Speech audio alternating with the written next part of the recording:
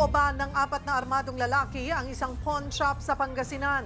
Mahigit 100,000 pisong halaga ng mga alahas ang kanilang nilimas. Nasa frontline ng balitang yan, si Rainiel Pawid.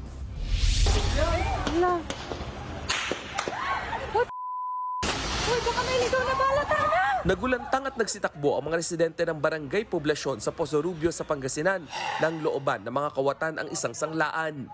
Nung may narinig po ako na nabasag na salamin, ang alam ko, may lasing lang pong nagwawala kahapon, ma'am. Nung may pumutok na pong baril, nagtatakbo na po kami dun sa loob, ma'am. Ang 4 na lalaki ng loob, lahat armado. Nag-ayos ako dun sa may ref namin. Siyempre magre-refill na kami ng paninda namin.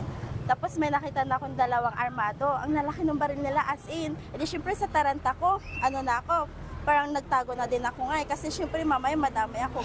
Sa inisyal na investigasyon, aabot sa higit 100,000 pisong halaga ng mga alahas ang nilimas ng mga salarin. Puspusan na raw ang pag-iimbestiga sa pagkakakilanlan ng mga salarin. Tumanggi namang magbigay ng pahayag ang pamunuan ng pawn shop. Nagbabalita mula sa frontline, Rainiel Pawid, News 5. Mga kapatid, Cheryl Cosim po, huwag maging huli at maging una sa lahat sa balitaan.